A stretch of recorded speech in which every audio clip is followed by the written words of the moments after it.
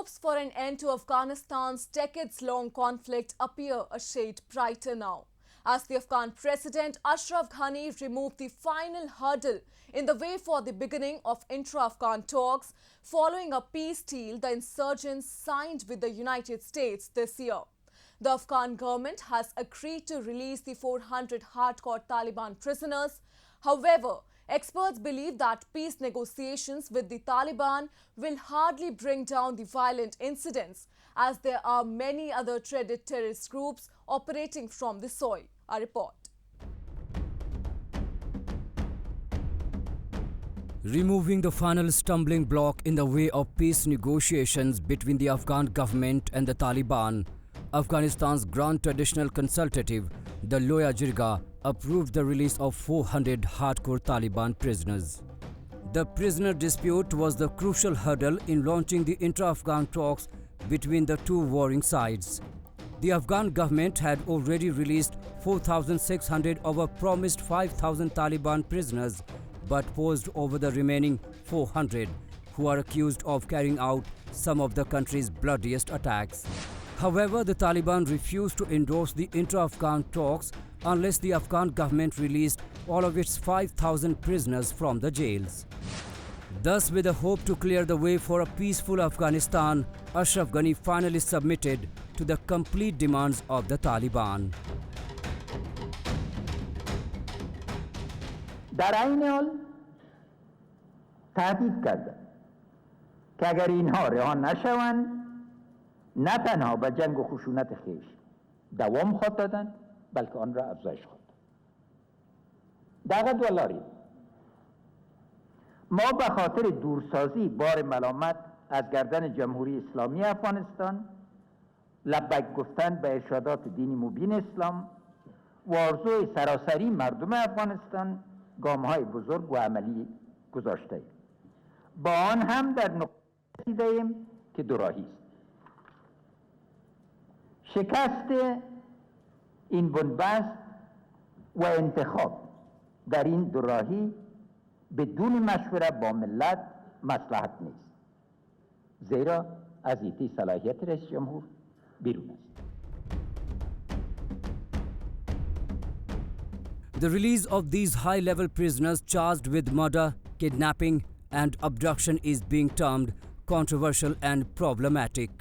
Among these 400 prisoners are 44 individuals listed in the United States and other countries as a serious security concern for their role in high-profile attacks, over 150 inmates on death row and others accused of playing a role in major attacks against civilians and foreigners.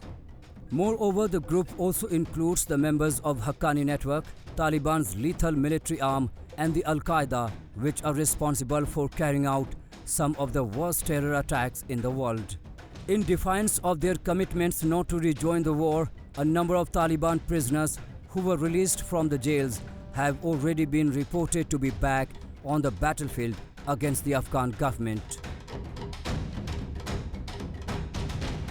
The Taliban has given a commitment that these fighters will not join into the insurgency. I think the true test of that is going to be declaration of the ceasefire. Once Taliban declares the ceasefire, those who are violating the ceasefire, whether it is split groups from the Taliban or other groups such as the Daesh or the Islamic State of Khorasan as it is known in Afghanistan, Lashkar-e-Taiba and Jaish-e-Mujahideen, whose cadres are also fighting there, Haqqani network and various other international terrorist groups, they can be then identified and jointly neutralized by the Taliban and the Afghan National Defense and Security Forces. It's not only the Taliban. There are some 20 terrorist groups in Afghanistan. Some of them have bases in Afghanistan and others in neighboring Pakistan. These prominent terror groups include Haqqani network, Al-Qaeda, Daesh, Lashkar-e-Taiba, Jaish-e-Mohammed and others. Military and experts in Afghanistan believe that extremism and terrorist ideologies originate from Pakistan and are being used as a tool for destroying Afghanistan.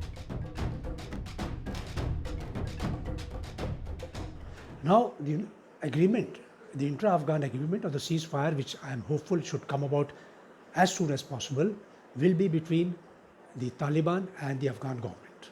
Similarly, the larger agreement is between the United States and the Taliban. Now, there are, as per the Afghan President, Mr. Ashraf Ghani himself, almost 30 plus groups who are operating in Taliban, operating in Afghanistan. Now, point to note is that only Taliban is signing the agreement. There are elements within Taliban who will be splitting and who will not agree to ceasefire. There is the Daesh, there are Lashkar-e-Taiba, Jaish-e-Mohammed, inducted by the Pakistan Army.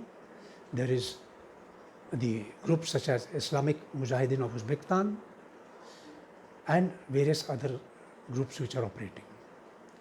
Those groups have signed no agreement with anybody. Violence by those groups is expected to continue. Nearly 2 decades of war with the Taliban have left nothing but scars, sorrow and devastation. The expected intra-Afghan talks have certainly created a sense of optimism about ending this war in Afghanistan. Achieving an acceptable peace agreement, however, looks difficult. It is still uncertain whether the Taliban is serious about reaching a deal with the Afghan government, who they denounce as puppets, or have just agreed to them as a ploy to get US forces to leave the country.